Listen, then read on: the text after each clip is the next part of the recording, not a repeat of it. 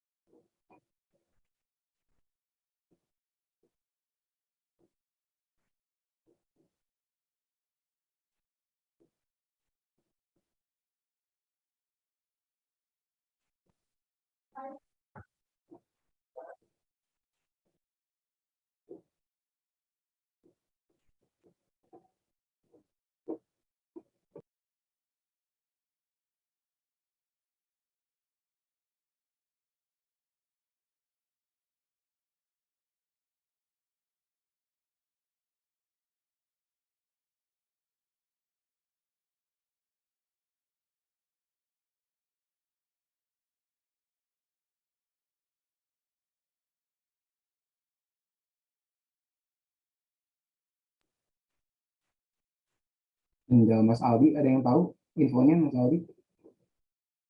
Izin atau telat?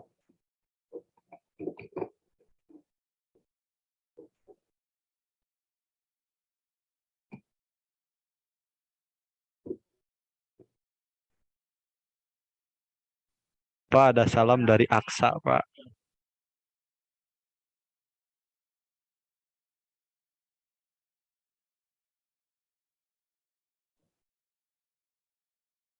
Halo, selamat sore. Suara saya aman ya?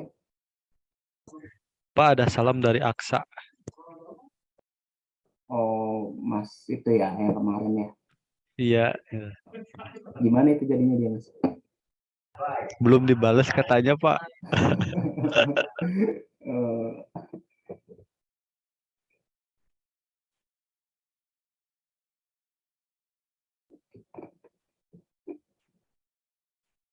tahu saya sih harusnya ada slot ya. Oke, kita mulai aja ya.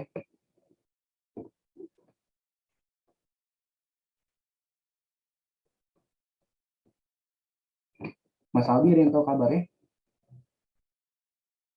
Barusan ada sih, Pak. Bentar ditanya dulu, Pak. Oke, lanjut Mas Andi.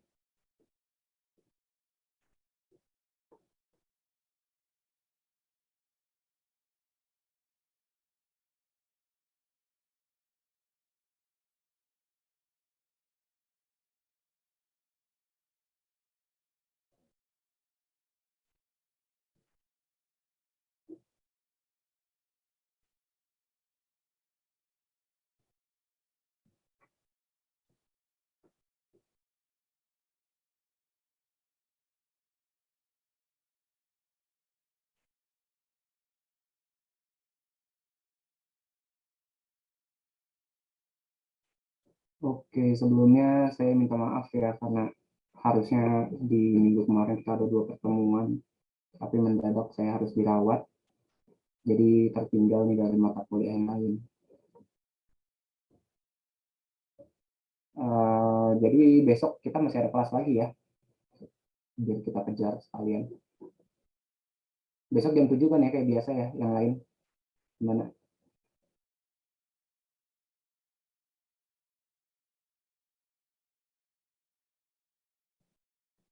Ya halo, yang lain teman-teman Iya, Pak.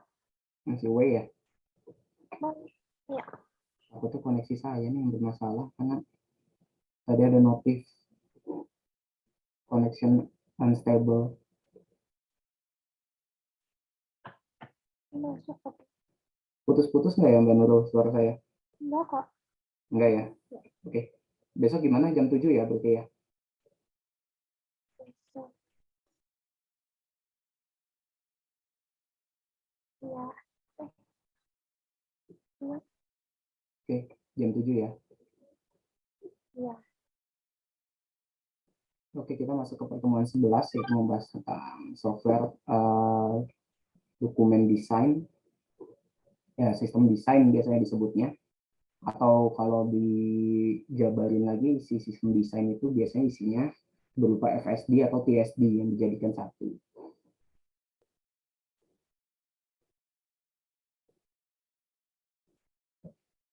Oke, kalau sebelum kita membahas tentang SRS ya, Software Requirement Specifikasi, di mana bicara tentang requirement kita apa saja di sana, fungsionalnya apa aja, non fungsionalnya apa aja, itu dijabarkan di sana. Nah, kalau ini lebih ke teknik. Jadi ini biasanya dokumen yang dibuat oleh seorang sistem analis atau technical writer sebelum sampai ke developer. Jadi developer mengacu kepada dokumen desain ini. Nah, di dalam dokumen desain itu ada yang namanya desain data, yaitu proses menghasilkan diagram deskriptif hubungan antara berbagai jenis informasi yang akan disimpan dalam database. Jadi di dalam software desain dokumen itu ada yang namanya desain data. Nah, desain data juga menentukan dan menganalisa kebutuhan data yang diperlukan untuk mendukung proses bisnis dalam lingkup yang sesuai sistem informasi.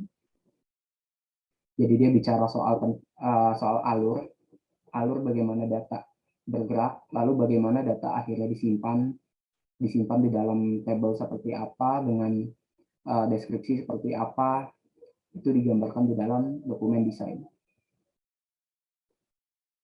Nah, bicara soal alur, biasanya tools yang digunakan itu ada yang namanya DFD, Data Flow Diagram.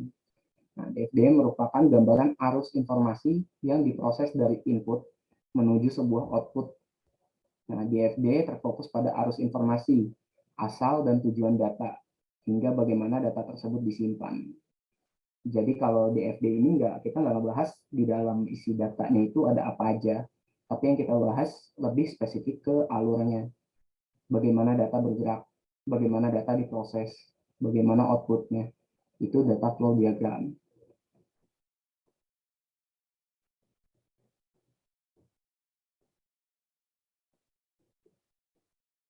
Bentar.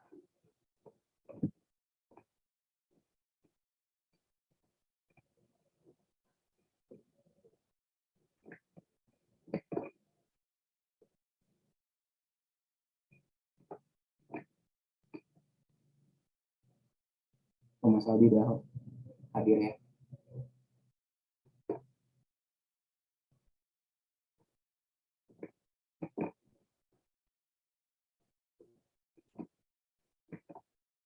Oke, jadi dari fungsi DFD itu ada yang pertama sebagai penggambaran sistem, bagaimana sistem itu bekerja, bagaimana prosesnya itu bisa digambarkan dengan DFD.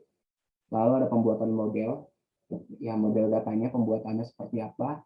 Lalu ada penyampaian rancangan sistem. Dari DFD juga kita bisa nanti akan melihat rancangan dari sebuah sistemnya. Dari sisi UI-nya pun bisa dilihat dari DFD. Nah, di dalam DFD ini ada komponen, ada 4 komponen. Nah, ini ada yang menurut DeMarco dan Yorgon, yang kedua dan menurut Jen and Sarson ya. Yang pertama ada external entity. External entity itu dalam DFD disebut juga terminator, adalah pihak yang berada di luar sistem. Bisa berupa individu, organisasi, divisi, perusahaan, atau sistem lain. Itu external entity ya.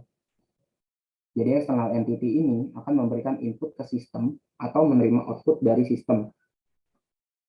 Jadi dia letaknya antara di input atau di output ya.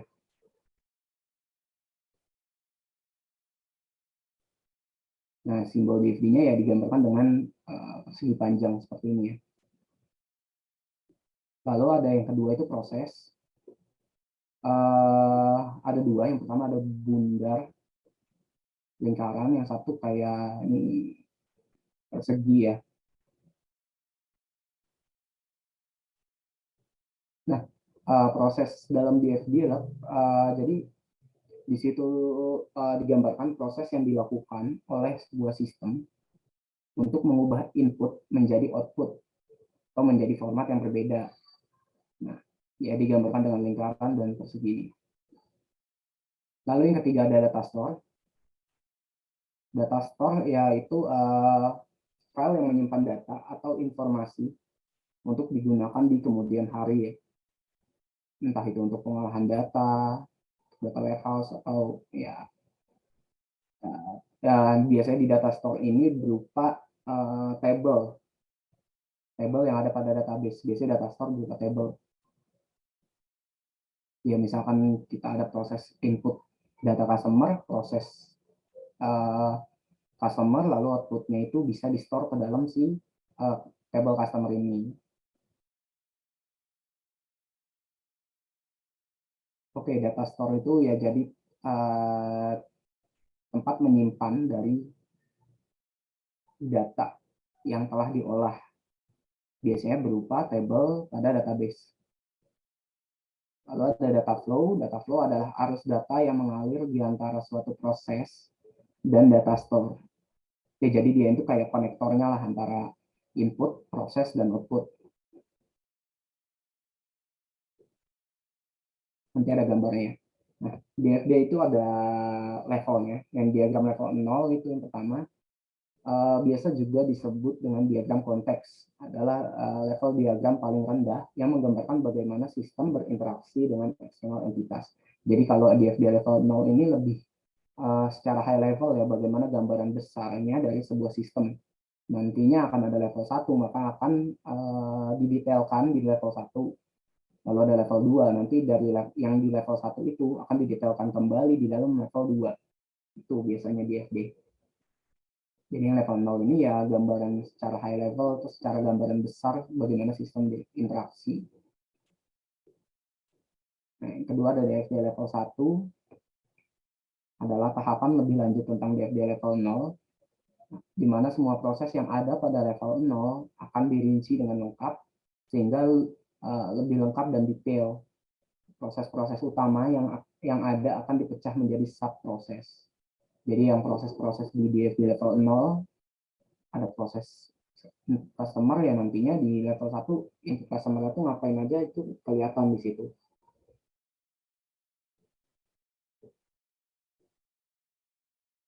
Nah, ini perbedaan DFD level 0 dan level 1. Ya, kalau level 2 dan selanjutnya sih sama aja sih. Harus lebih didetailkan lagi.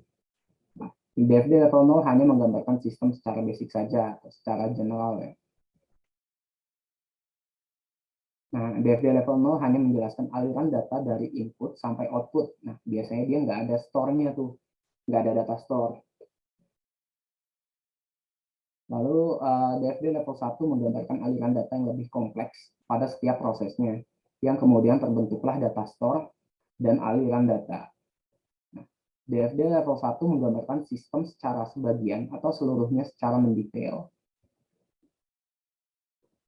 Oke, itu sekilas tentang DFD.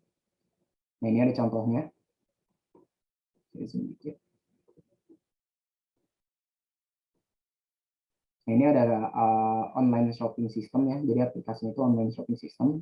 Di sini punya external entity ada 3, customers, sellers, shopping administrator.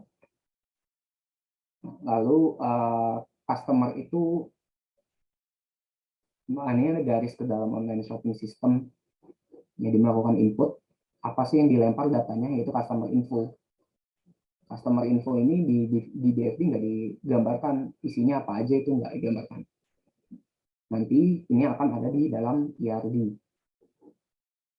Atau ya biasanya di detailable definition tuh udah ada nantinya di dalam customer info. Dia punya nick, misalkan dia punya nama, dia punya alamat, address, dia punya apa lagi biasanya ya, kalau nomor HP. Nah, itu biasanya digambarkannya nanti. Kalau di FD kita fokus ke aliran flow-nya. Oke, jadi customer info dia input ke dalam online shopping system. Jadi si shopping administrator ini bisa melihat si customer info ini. Jadi outputnya ke dalam si shopping administrator.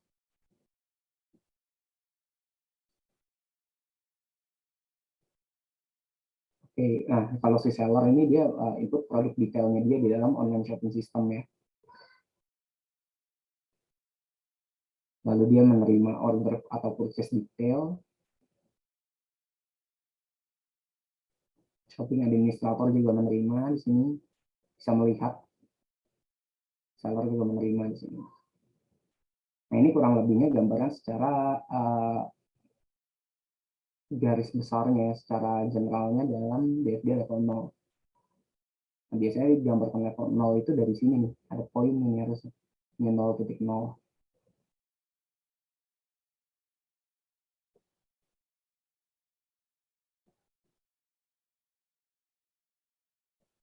Nah, setelah kita punya level 0 ini kan dijabarkan lagi nih di level 1, di mana kita dibagi lagi menjadi beberapa modul nih, yang tadinya cuma online shopping system, yang harusnya di dalamnya ada banyak modul, maka digambarkan menjadi seperti ini.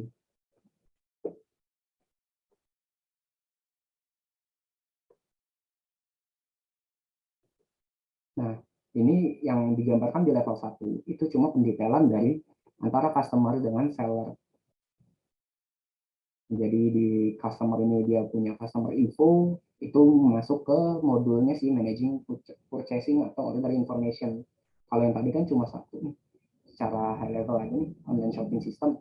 Kalau di sini digambarin lagi, dia punya modul apa aja di sini digambarkan.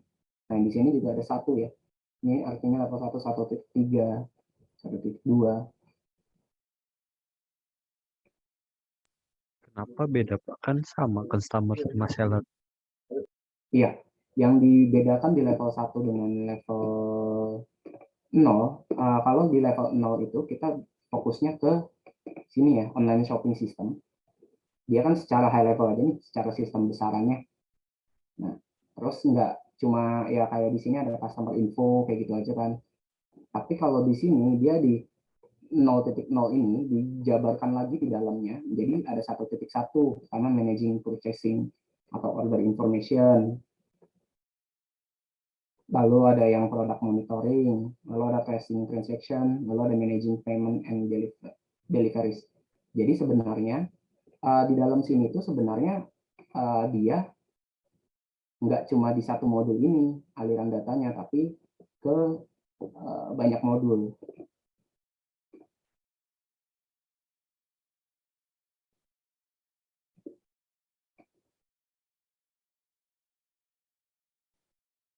Oke, jadi yang berhubungan dengan delivery details, seller mengirimkan input output ke dalam outputnya ke customer.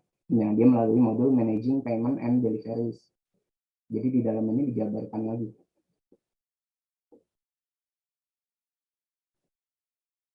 Kalau entity-nya itu sama, Mas Fendi.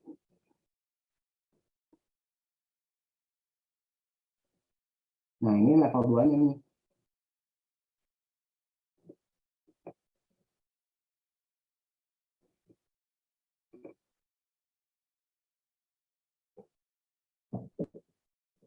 Oke, customer melakukan order info ke modul managing purchasing order. Si ordernya itu akan masuk ke sini ya, ke dalam order database. Lalu masuk dari order database ada namanya order status, dikirim ke modul tracing transaction. Nah, di sini udah kelihatan nih ada data store-nya di level 2.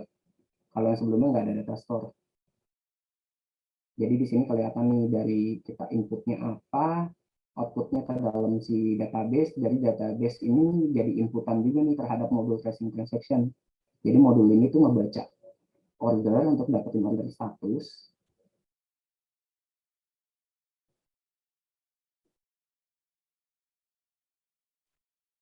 Nah, ini di product monitoring juga ada ya. Dia dari seller database, kita punya list of product, dimasukkan ke dalam modul product monitoring.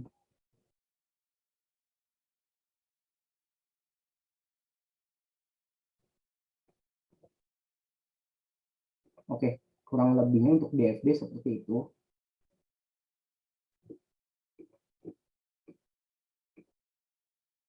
Tapi kalau di saya, untuk desain data ini kayak aluran gini sih, kita udah nggak pakai DFD. Tapi ya, DFD ini penting ya.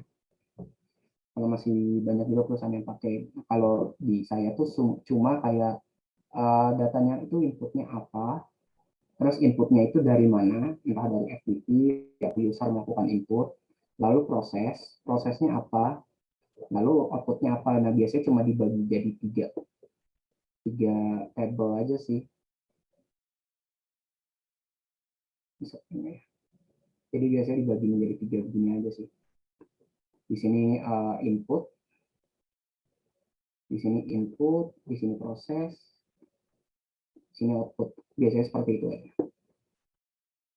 Terus di sini digambarkan inputnya dari apa, ya terus alurannya ke sini, prosesnya apa, lalu outputnya apa di sini. Biasanya gitu. Kalau di saya ya. Nah di sini ntar digambarkan juga dia outputnya itu berupa apa sih di database kah, DB, ya atau FTP di sini digambarkannya di situ. Nggak seribet ini sih kalau tempat saya sih.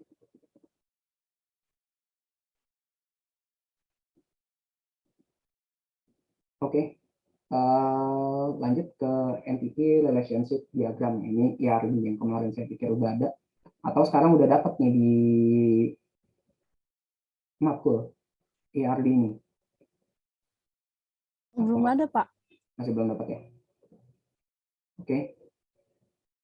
Jadi ERD ini adalah salah satu metode pemodelan basis data yang digunakan untuk menghasilkan skema konseptual untuk jenis atau model data semantik sistem, di mana sistem seringkali memiliki basis data relasional. Jadi ini dipakai untuk ya RDBMS ya,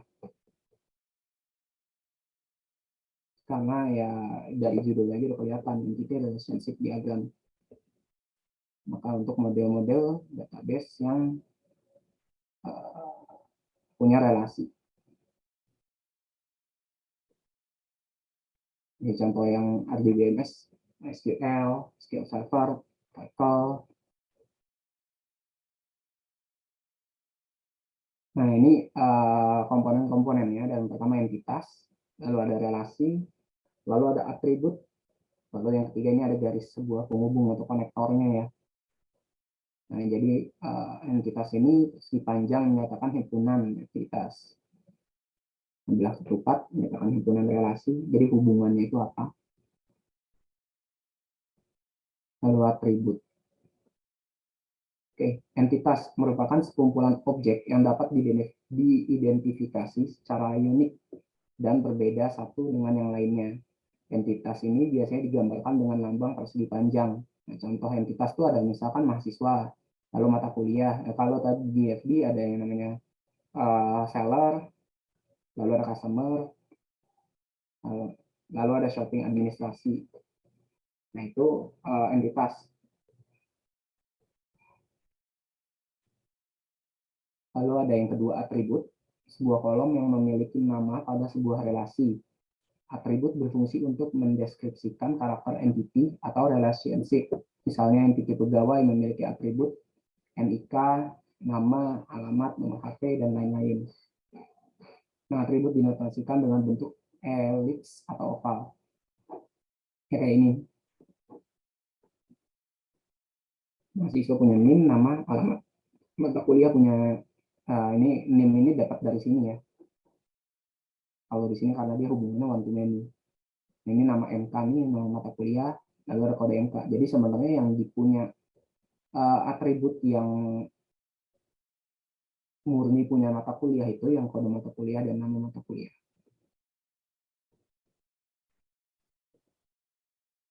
Nah, relasi dalam ERD adalah hubungan yang terjadi antara satu atau lebih entitas. Relasi sendiri sering disebut dengan proses. Nah, komponen ini digambarkan dengan lambang belah ketupat. Nah, yang ini. Nah, biasanya kalau di ERD, relasi ini berupa kata kerja ya. Mahasiswa ambil mata kuliah.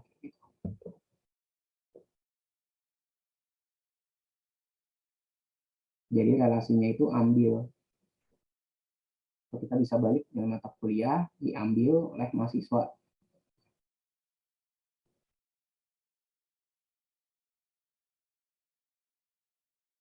Nah, jenis-jenis derajat relationship. Yang pertama adalah unary relationship. adalah satu buah relationship menghubungkan satu buah entity. Jadi entitas ini berhubungan dengan dirinya sendiri. Jadi kalau kita gambarkan itu sebenarnya dia itu ke sini hubungannya. Jadi kalau kita baca ini kan manusia menikah dengan manusia. Relationship menikah hanya menghubungkan entity manusia. Jadi manusia menikah dengan manusia. Jadi ini juga terjadi di dalam ERD, binary relationship. Satu entitas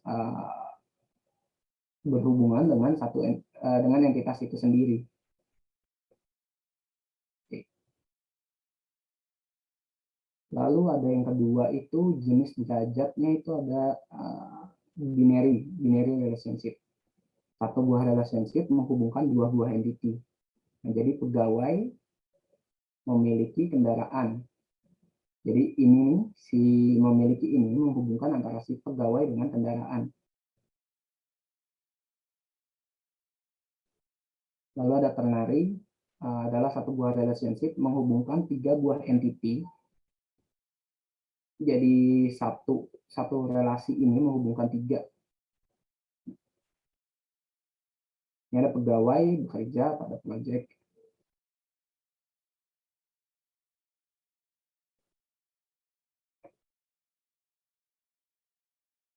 Ini pegawai pada kota tertentu mempunyai suatu proyek.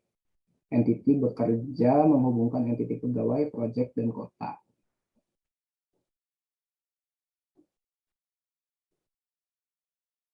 Oke, lalu ada cardinality. Kardinalitas dalam sebuah ERD sangat berkaitan erat dengan relasi atau hubungan yang telah dibahas pada bagian notasi atau komponen ERD. Sebuah kardinalitas ini membicarakan derajat relasi serta menyatakan maksimum entitas yang dapat berelasi dengan entitas lainnya dalam satu himpunan. Jadi di dalam kardinalitas itu ada tiga. Yang pertama ada one to one, lalu ada one to many, lalu ada many to many. One to one itu maksudnya adalah setiap anggota entitas A hanya boleh berhubungan dengan satu anggota entitas B. Jadi satu himpunan A itu boleh berhubungan dengan satu himpunan B aja. Lalu ada satu kebanyak one to many, maksudnya adalah setiap anggota entitas A dapat berhubungan dengan lebih dari satu anggota entitas B, tetapi tidak sebaliknya. Lalu ada banyak kebanyak, many to many, maksudnya adalah setiap anggota entitas A dapat berhubungan dengan banyak anggota entitas B, dan sebaliknya. Nah ini contoh. Contoh lagi sebentar. Nah ini kalau kita lihat contohnya ya.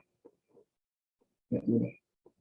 Ini kita punya user, lalu ada user profile. Nah ini user memang biasanya untuk username, password yang hubungannya dengan kredensial itu biasanya dipisah dengan user profile. Si data-data usernya itu biasanya dipisah dengan data kredensial. Nah ini hubungannya one to one. Jadi satu user itu hanya dapat dimiliki oleh satu user profile, lalu satu user profile hanya dapat memiliki satu user. Nah ini contohnya ini ada gambar di sini ya, ini one to one. Nah ini di bawahnya juga ada name, ini atributnya ya. Lalu ada address, remarks. Nah ini integer 10 ini tipe datanya. Nah, lalu ada departemen dengan student. Nah, ini satu departemen bisa dipunyai oleh banyak student. Nah, tapi satu student cuma bisa punya satu departemen, maka hubungannya itu one to many. Nah, biasanya kalau one to many begini, si ID departemennya ini akan mengikut ke dalam table studentnya. Jadi di studentnya ini ke many-nya ya biasanya. Karena ini entity-nya kuat. Maka biasanya di sini ada departemen ID-nya nih harusnya.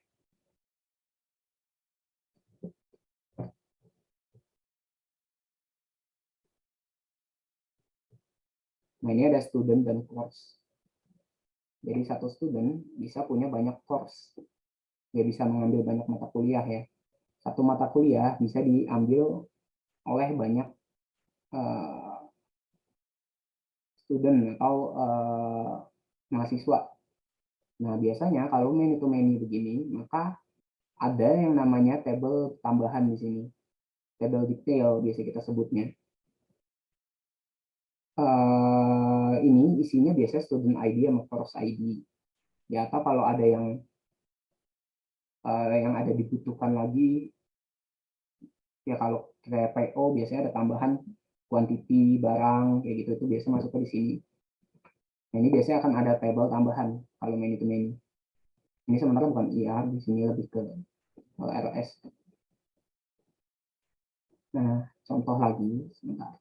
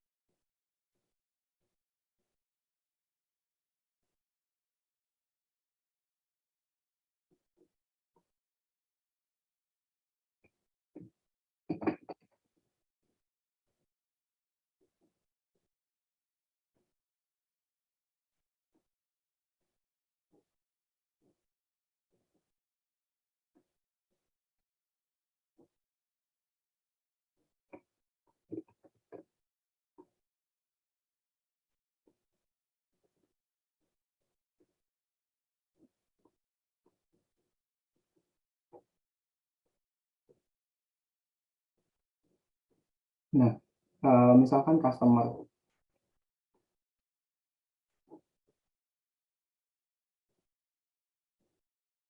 satu customer, ada yang bisa bantu saya nggak? Satu customer misalkan untuk melakukan order. Nah, kemarin kayaknya yang pemesanan laptop Mas Aldi ya. Halo Mas Aldi. Ya, Pak. Ya, Mas Aldi kemarin kalau customer itu bisa melakukan order laptop ya, kalau nggak salah ya. Iya. Nah, itu satu customer kan bisa bantu saya nggak ya? Misalkan satu customer bisa buat berapa order kalau di case-nya Mas Aldi.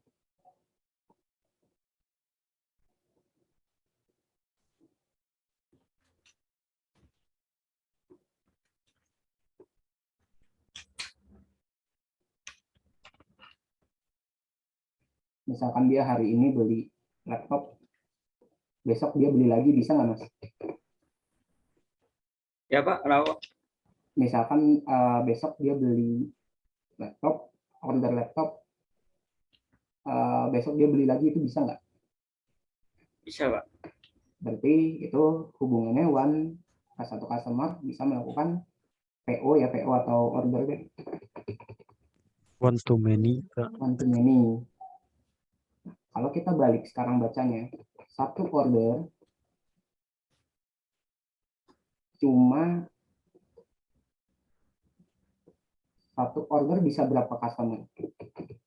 Satu nomor order nih.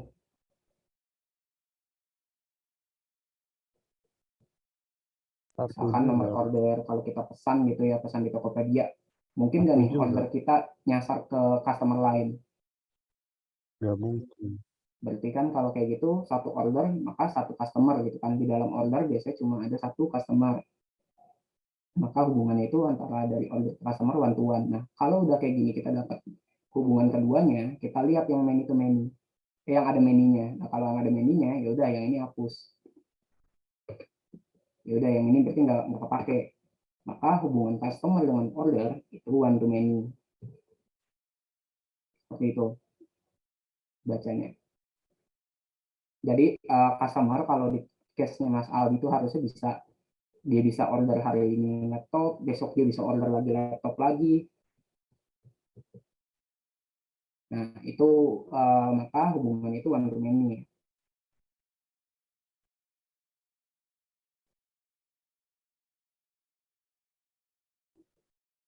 Oke, nah sekarang order pasti ada barang ya. Kita punya order pasti ada yang namanya produk, karena yang di order itu ya barangnya itu laptop kemarin.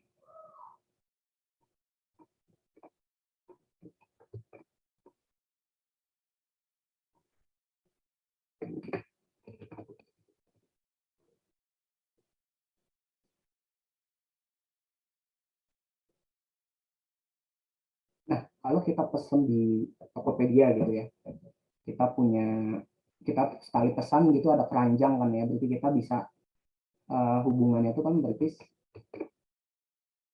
satu order harusnya bisa banyak barang. Bener ya, kalau di invoice kita cek biasanya banyak barang ya. Ya. Satu order biasanya bisa banyak barang.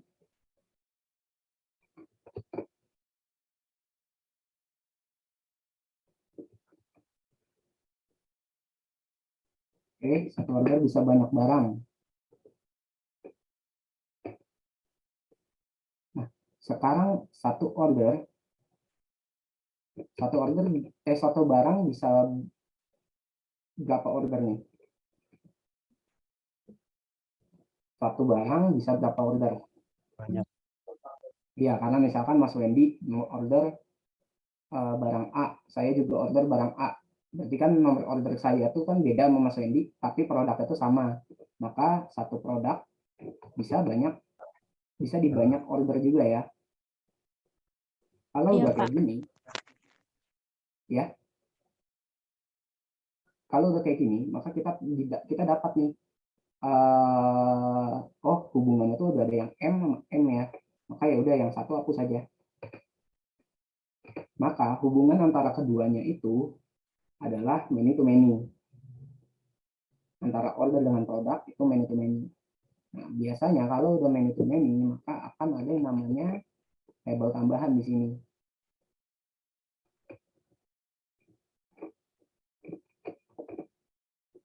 Ya, itu nanti dia sih kalau kita transformasiin. Maka biasanya ada di sini order detail. Kalau many to many pasti akan ada menambahkan satu buah label tambahan order detail. Yang tadi isinya kalau di sini ada student ID, ada course ID. Oke, berarti kalau di sini harusnya isinya ada order ID. Ya, ada order ID di sini harusnya. Dan produk ID. Ya, betul. Dan produk ID. Nah, ada tambahan lagi nih Mas Wendy. Kalau kita melakukan order di Tokopedia, kita kan bisa entry quantity kan? Ya. Nah, berarti di sini biasanya ada yang namanya QPY. Seperti itu. Tapi kok di detail doang, Pak, ya, quantity. Iya, quantity di detail karena kita kan order quantity ini kan akan nempel di produk ID-nya kan. Ketika kita order, misalkan Mas Wendy order mouse 5, keyboard 5, maka di sini kan ada ya kodenya si mouse sama jumlahnya si mouse, lalu di sini nanti ada jumlahnya keyboard, di sini ada kodenya keyboard, di sini ada jumlahnya keyboard 5. Jadi kalau kita bayangin nih isi database-nya akan ada dua. Kalau dia punya dua barang, maka di order detail biasanya ada dua row. Jadi kalau kita bayangkan lagi,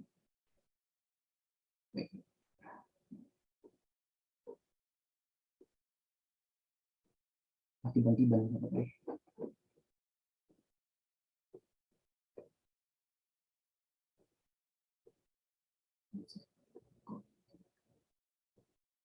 nah di sini kan ada order ID nih, produk ID ini quantity. Kita melakukan order, ini yang detail ya, nomor ordernya misalkan nomor order 1, produk ID-nya P001.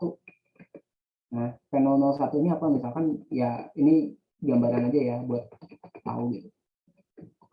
Kuantitinya kita order 5 dalam sekali order. Nah, lalu gimana sih insert ke bawah? Nah, lalu ada lagi order ID 1, karena dia sama ya dalam satu order, maka order ID-nya 1 di dalam database-nya, maka ada yang namanya barang P002. Nah, ini MOS. Kuantitinya berapa kita pesan, misalkan 10. Nah, order detail akan membuat seperti ini. Tapi kalau di table ordernya sendiri, isinya itu pasti akan cuma satu row.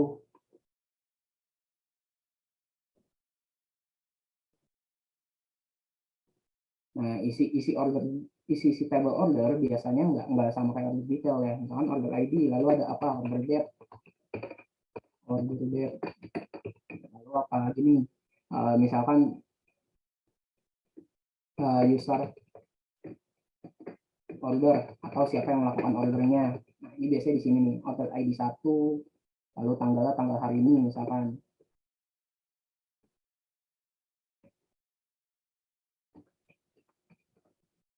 Lalu user ordernya yang melakukan Aldi. Kalau di table ordernya isinya akan seperti ini. Nah, dia ini kan bisa direlasikan kan dengan order ID ini. Seperti itu. Ada pertanyaan nggak? Nah, biasanya kita bisa melakukan analisa IRD, ya bisa menggunakan kemarin ada metode observasi. Ya contohnya, saya kebetulan lagi ngebuat sistem PO. Itu user order bisa dari customer ID ya, Pak? Betul, betul Mas Andi. User order bisa dari customer ID, betul.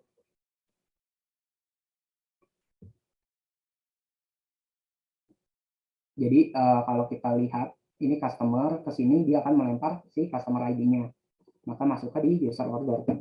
Tuh.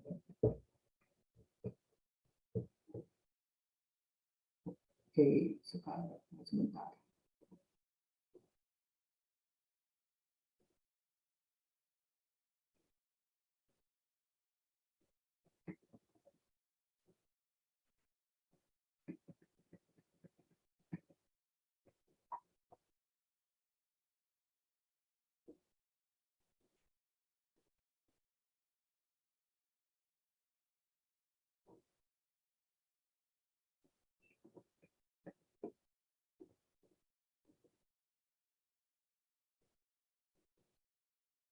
Nah, ini contohnya biasanya saya analisa bisa dari dokumen. Jadi dari dokumen ini kan kelihatan nih order, PO2. Nah, ini berarti suppliernya nih. Oh, nanti kalau kita lihat lagi nih di hubungan yang tadi, maka bisa jadi si order ini ada lagi tambahan relasi dengan supplier. Nah, kalau lihat di tadi kan ada kemungkinan dia akan ada ke supplier ya.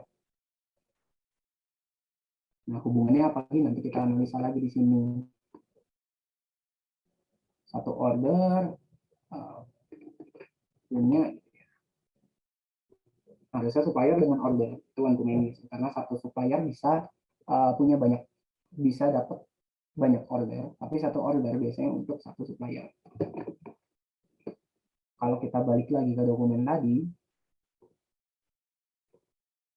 nah ini kan kelihatan nih dari PO to PT Aldi. Oh, ini berarti suppliernya nih. Berarti kita punya table order kan berrelasi dengan supplier. Nah, lalu dari dokumen ini juga kelihatan nih. Oh, si order ini dia punya tanggal, lalu ada pre-order no, dia punya nomor juga. Lalu di sini kelihatannya satu order, nih satu nomor order ini dia bisa punya banyak barang. Nah, dia dipesan knalpot ya, terus stop. Nah, jumlahnya segini, price-nya segini. Nah, kalau price biasanya ini nggak disimpan di dalam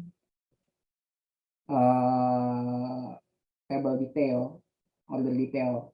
Biasanya price itu nempelnya ada di table products. Tapi tergantung sih, tergantung bisnis. Kalau memang ada kebutuhan kita mau nge-grab harga di pas dia order, ya udah kita taruh aja di detail order. Tergantung kebutuhannya sih. Tapi biasanya ini nggak nempel di order detail. Nah, ini contohnya kita punya dia di satu order ini punya 2 produk seperti ini. Nah, ini juga grand total, tax, subtotal, ini biasanya juga nggak disimpan ya, ini karena sifatnya calculation aja, cuma dihitung aja. Dari sini saya analisa dokumen existingnya, maka oh dia akan ada order detail di mana isinya bisa banyak produk. Maka menjadi seperti ini IRD-nya.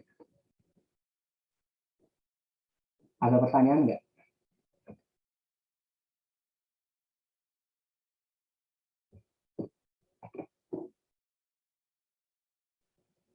Oke, kalau nggak ada, kita lanjut istirahat dulu ya. Lanjut istirahat, Siapa? nanti lanjut di jam 6:15. Nggak tanya. Nanti kemungkinan sih UASnya saya akan buat dari project kalian itu dibikin IRD-nya aja sih nantinya. Kalau Oh nanti iya, paling ada tambahan di materi besok ya. iya Pak. Gimana Mbak Rizka?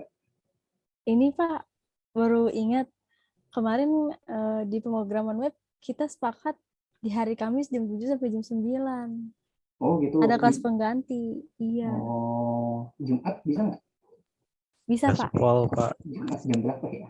Jam 5. Saya mau ke kantor. Jumat kosong ya? Kosong Pak. Jam 5. Jadi Atau mau nanti jam Hah? atau mau jam 7 Pak. Emang nggak ada yang tahun baruan? Wah iya Pak, ada Oh tahun iya. baru Pak. Tahun baru lah, bakar-bakar. Ya udah nanti kita bicarakan di grup aja deh. Oke Pak. Iya Pak. Oke, terima kasih. Kita istirahat dulu ya.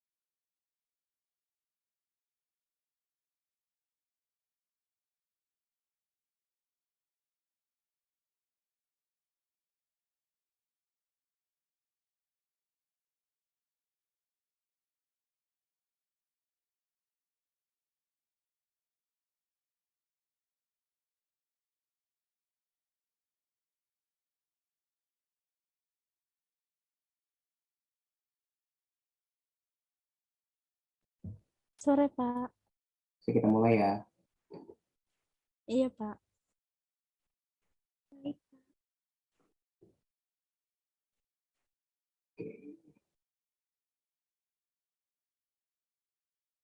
Tadi kita sampai ke HRD ya.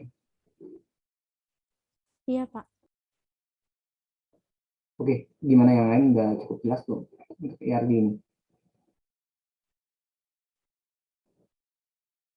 Atau mau dicontohin lagi case lain?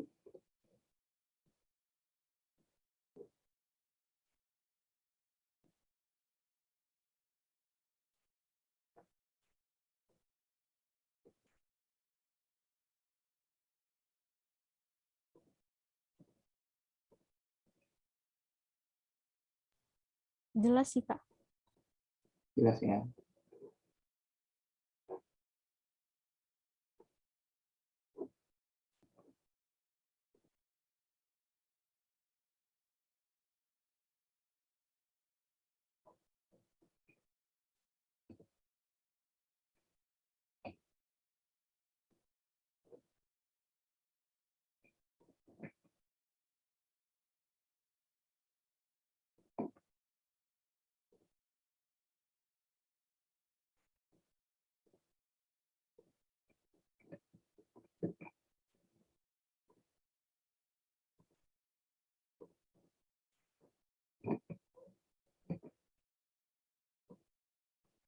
Oke, jadi itu untuk PRD. Jadi setelah kita punya desain data, maka selanjutnya ada desain interface atau desain antarmuka ya. Nah ini sebetulnya kemarin udah dibuat sama teman-teman ya untuk user interface ini. Jadi desain antarmuka atau interface design, desain atau user interface design atau bisa disebut juga user interface engineering adalah desain untuk komputer, peralatan, mesin, perangkat komunikasi mobile, aplikasi perangkat lunak, dan situs web yang berfokus pada pengalaman pengguna atau user experience dan interaksi. Tujuan dari desain pramuka pengguna adalah untuk membuat interaksi pengguna sesederhana dan seefisien mungkin dalam hal mencapai tujuan pengguna, atau apa yang sering disebut dengan user-centered design. Oke. Jadi 3 aturan desain antarmuka yaitu tempatkan pengguna sebagai pengendali. Ya, jadi ya karena yang menggunakan itu nanti si usernya ini, maka ya anggapannya itu kita harus punya point of view sebagai user.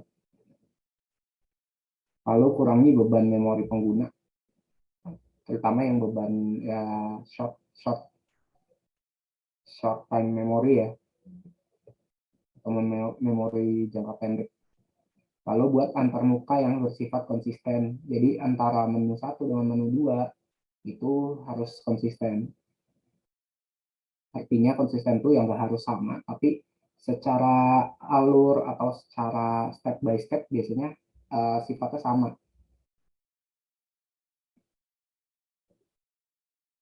Nah, pengguna atau user itu dibedakan menjadi 3, yaitu pertama ada pengguna pemula, artinya dia belum pernah menggunakan sistem atau tidak familiar dengan aplikasi. Lalu ada pengguna berpengetahuan yang tidak terlalu sering menggunakan sistem, jadi dia tuh sebenarnya dia tahu udah pernah mungkin menggunakan sistem, tapi dia karena pekerjaannya itu nggak berhubungan atau tidak menyentuh sistem, maka dia jarang pakai. Jadi dia tidak sering menggunakan. Jadi tapi dia tahu sebenarnya. Nah, yang kedua itu pengguna berpengetahuan yang sering menggunakan sistem. Nah, jadi kalau yang ketiga ini ya benar-benar usernya itu secara day by day-nya atau secara harian itu ya dia menggunakan sebuah sistem gitu, yang mungkin sistemnya sama atau mirip dengan yang akan kita buat atau kita bangun. Nah ini beberapa contoh kesalahan pada UI. Yang pertama ada ini ya, bedanya kan, kalian tahu nih bedanya satu sama yang kedua ini. Oke, jadi kalau yang ke satu ini dia udah jelas nih, ini menu form login gitu ya. maka tapi dia di sininya semuanya bold, login me, sign up, forget password. Nah ini dia bikin bold semua, padahal di sini spesifik ke login. Nah, jadi kalau dibilang itu bahwa gunakan visual warna yang weight-nya lebih tebal untuk primary button, sedangkan untuk yang secondary atau yang selanjutnya itu ya kita bikinnya jangan ditebalin. Makanya caranya itu ya use strong colors, entah itu pakai bold text atau size-nya dibesarin dikit. Nah ini kan karena di sini dia form login, maka yang di highlight atau di bold di sini ya cuma loginnya aja. Kenapa enggak? Bahkan forget password malah nggak ada kotaknya. Itu contohnya. Lalu ini yang sampingnya, ya ini ada me at domain. Ya ini mah sama kayak input email, lalu input password. Nah bedanya yang ini dia error tanpa memberitahu errornya itu apa dan tidak memberikan solusi. Jadi cuma masuk error gitu dan nggak di bold atau diwarnain merah di sininya. Jadi ya mungkin aja kalau kita baca di sini mungkin aja errornya itu di email, kita nggak tahu. Nah bedanya yang kanan dia password incorrect. Nah terus if you don't remember your password, reset it. Jadi dia ngasih tahu nih bahwa passwordnya itu salah, tapi dia juga memberikan solusi. Maka kalau kalau user lupa, ya bisa menggunakan menu reset yang ada di, ya ini dia ngasih hyperlink di sini. Nah, ini contoh-contoh UI. Kemarin teman-teman udah buat ya harusnya untuk UI. Jadi di SDD itu gambaran dari daftar isinya yang pertama biasanya ada solution overview. Ya ini kayak kemarin di ASRAS lah, kayak ada backgroundnya kenapa. Saya edit langsung aja.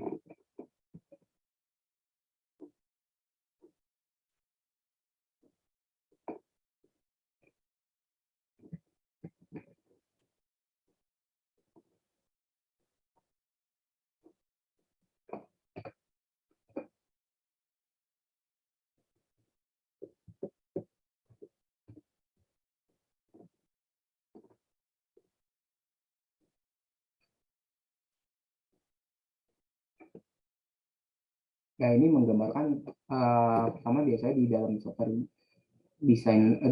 dokumen desain itu biasanya di sini digambarkan ya kayak backgroundnya apa, kenapa project ini ada gitu, terus objektifnya project ini tuh apa. Biasanya di sini digambarkan. Lalu selanjutnya ada model proses. Nah ini biasanya flow-nya. Ini biasa digambarkan dengan DFT juga ya. Ini flow proses dari sistem. Nah, lalu di sini ada fungsional. Fungsional itu dibagi menjadi 3. Pertama dari report and description layout. Jadi kalau usernya butuh report, ya di sini digambarin reportnya mau bentuknya seperti apa. Ya kalau tadi dia ada butuh cetakan dokumen PO, ya udah digambarkan tuh PO-nya. Di dalam PO tuh ada apa aja. Bentuknya layout aja ya, tapi nggak harus jadi. Ini digambarkan di sini. Lalu deskripsinya itu apa. Ini tuh report keluaran dari apa. Biasanya digambarkan. Bentar, saya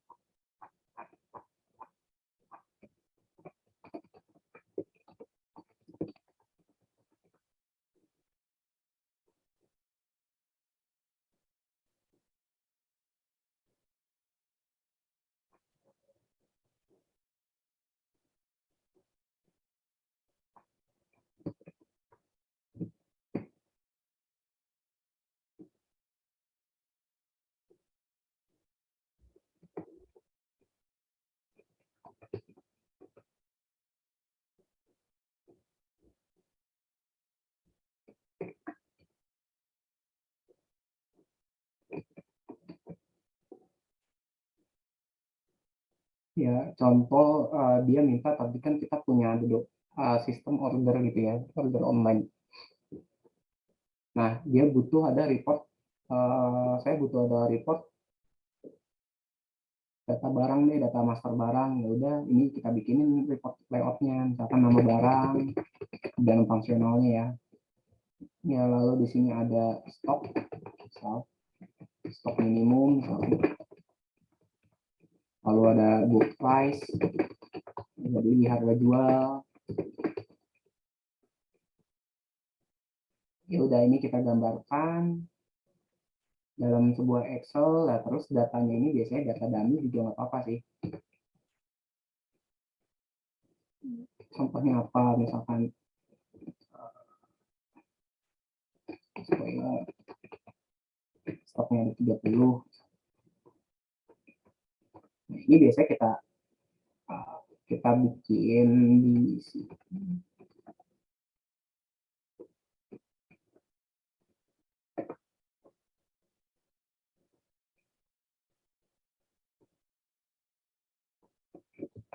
Nah, ini biasanya ditaruh aja gitu di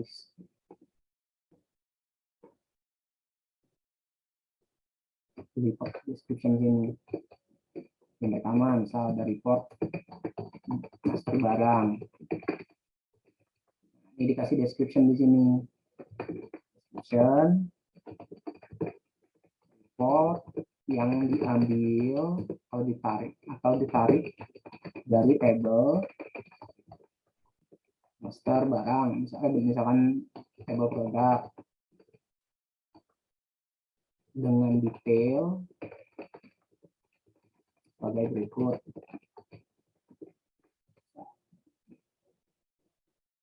Misalkan di sini ada dia punya detailnya, yang pertama ada spoiler, nama barang. Yang pertama nomor dulu ya, nomor ini adalah sequence number.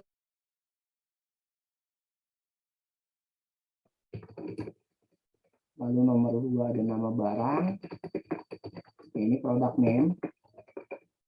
Product name dari field product name, misalkan table product.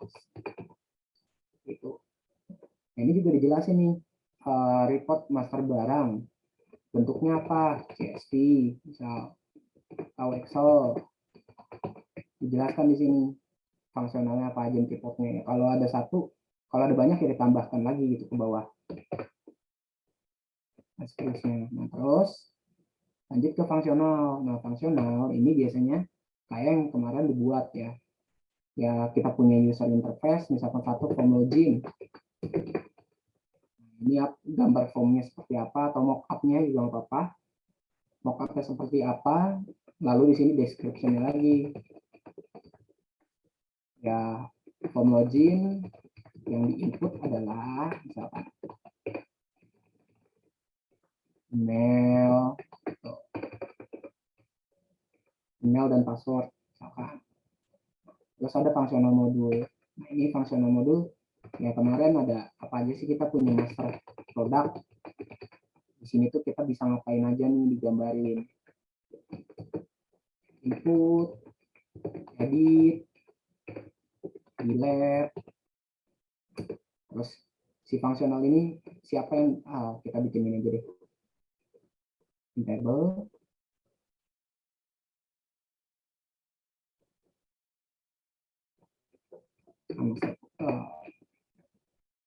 Modul name.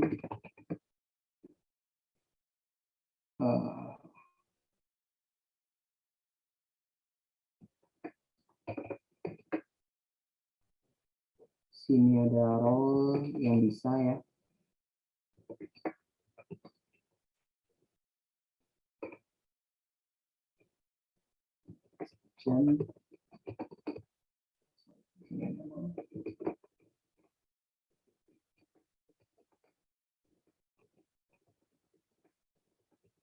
Nah, ini biasanya seperti ini, modul name-nya master product.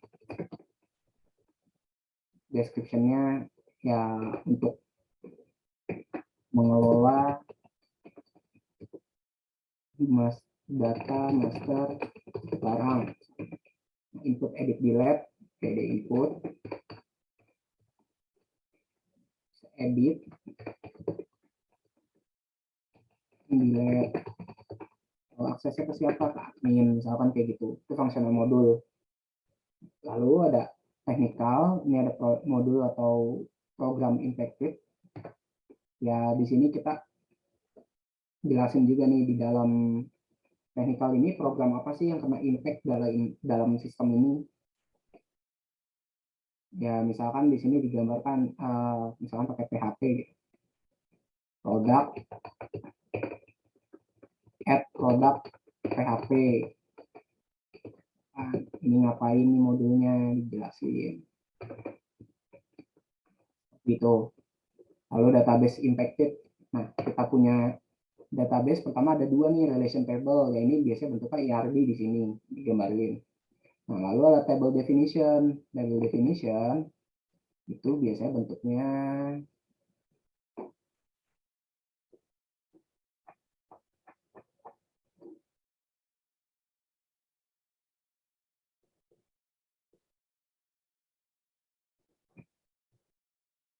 ya biasanya kalau ini sih bentuknya table definition kayak ya pertama misalkan ada table customer. Di sini ada nomor, field name. Di sini data type. Di sini not.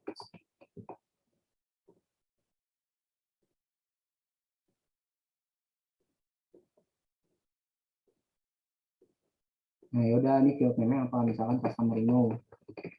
Data type-nya apa? Pacar. Lalu notes-nya apa? Primary key. Oh, ini sebagai primary key misalkan. Ini biasanya table definition. Ini dijelaskan di sini. Ya kalau ada table tambahan lagi tadi order, ya ditambahkan lagi di sini order.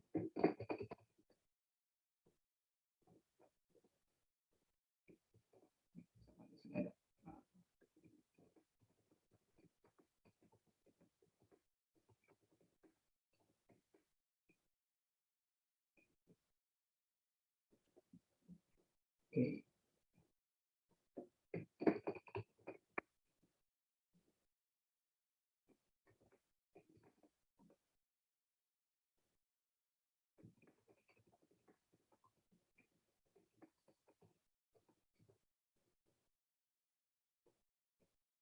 Misalkan seperti ini. Nah, setelah table definition, nah biasanya sih ada tambahan lagi. Ya entah dia butuh query definition gitu di sini.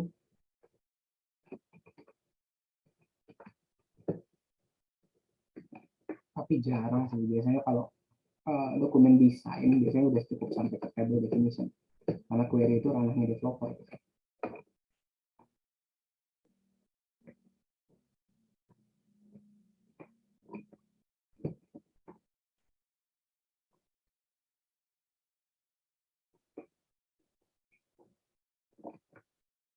Misal di sini saya tambahkan ini misalkan ID query,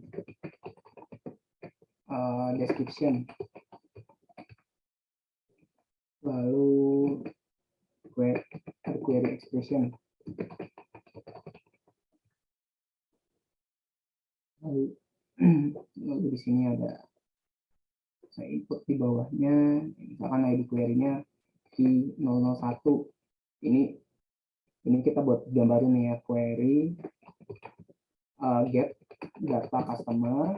Pak, saya izin pulang kantor dulu ya. Oh iya, Mas Wendy, hati-hati ya. Makasih, Pak. Query get data customer untuk screen atau menu misalkan untuk menu customer inquiry deh. Query expression-nya apa? Misalkan select ya bintang from customer digambarkan di sini. Oke, ini biasanya ada tambahan seperti ini. Nah, lalu ada security and control design. Nah, ini biasanya digambarkan misalkan kita punya table tadi customer, misalkan ada NIK nih di data customer, maka ya di sini ditulis sensitive data using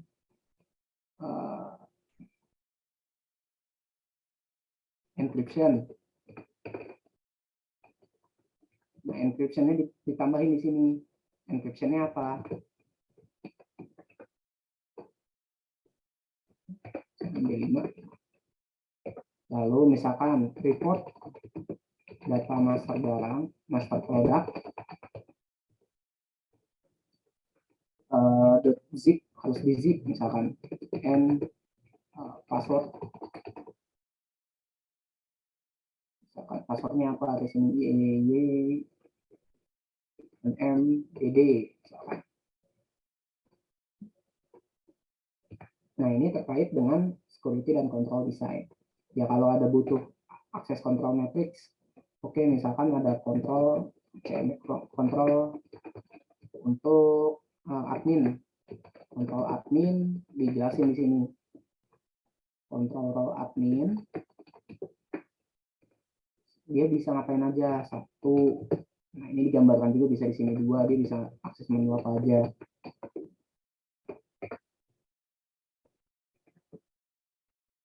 Nah, lalu yang terakhir ada backup and retention design.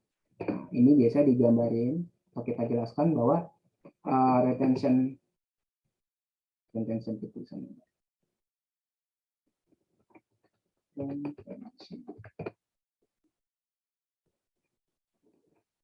Retention data in database kan 2 years. Seperti itu. Nah, artinya apa? Artinya data yang di dalam database kita akan di retention atau akan disimpan selama 2 tahun. Setelah 2 tahun silahkan di housekeeping misalkan. Nah, ini di sini. Terus dijelasin juga di sini housekeeping. Housekeeping itu tahu ya, kayak kita membersihkan data yang memungkinkan untuk mengganggu performance dari aplikasi kita. Jadi yang biasanya sifatnya udah 2 tahun, itu datanya udah nggak di-keep di dalam sistem live ya, tapi biasanya kita ada input dia entah pakai data warehouse nantinya, PMS, skipping period, misalkan years. Nah, ini digambarkan di sini, dijelasin di dokumen desain. Oke, jadi kurang lebihnya untuk software desain dokumen seperti ini, contohnya. Nanti ya dari sekarang mulai disiapin aja bikin ERD dari proyeknya masing-masing, teman-teman, buat nanti persiapan. Jadi selain ada relation ERD, nanti ditambahin ini juga ya, table definition. Tapi nggak usah nyampe query definition ya, sampai ke table definition aja. Cukup. Oke, sepertinya hari ini materi udah selesai. Teman-teman ada pertanyaan nggak? Yang di table definition yang order sama apa tadi Pak? Itu cuman 2 itu aja atau kita dibikin beberapa aktor Pak? Oke, tergantung projectnya Mbak Gista. Ada berapa table di situ?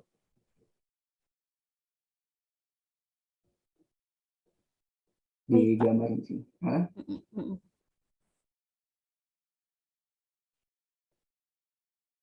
Oke, nanti ini saya kirim.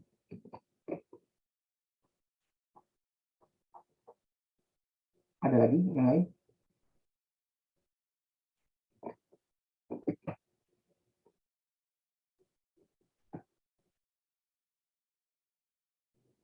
Kalau nggak ada, saya akhiri. Kita ketemu lagi di Jumat.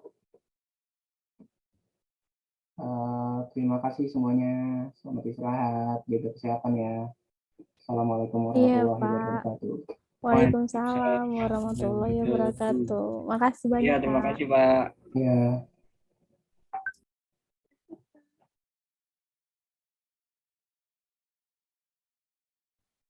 SDD guys. SDD. SDD apa? SSD. SSD malah buat laptop.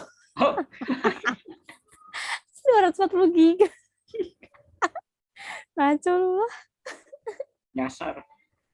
Ya udahlah, Liv.